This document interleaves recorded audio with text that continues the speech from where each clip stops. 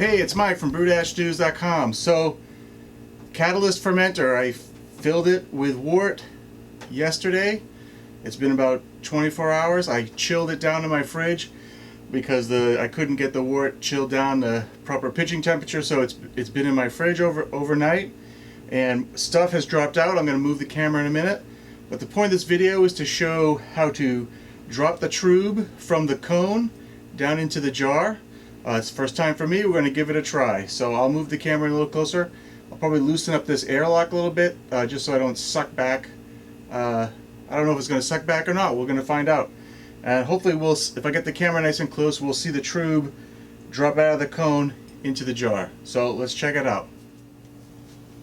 Okay, I think this is a pretty good shot.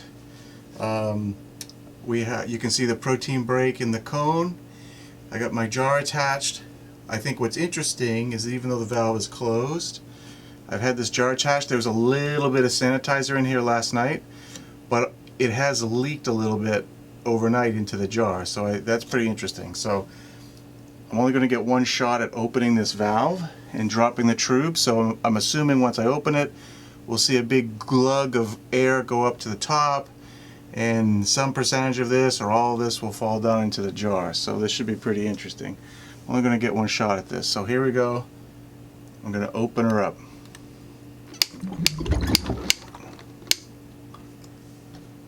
Oh, that worked pretty good.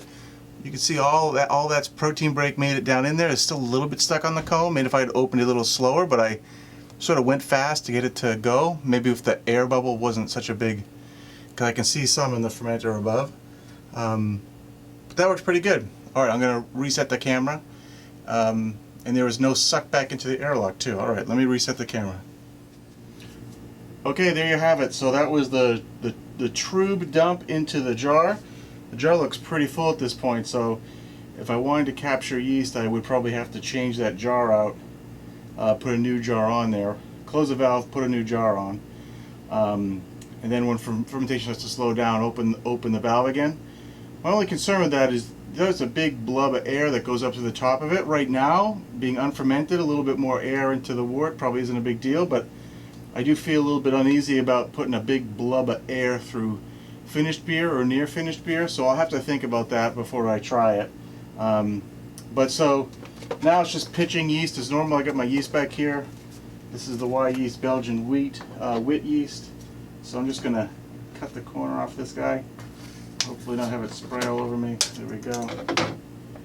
And I already loosened the lid up because these little clasps are pretty tight, which is nice.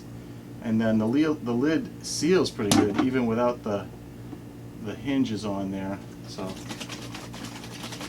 just gonna pour that in. All right. So there you have it. Dropping trub and pitching yeast into the Catalyst Fermenter.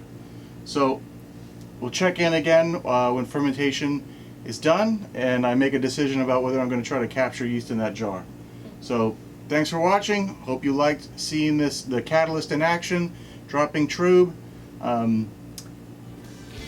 Cheers.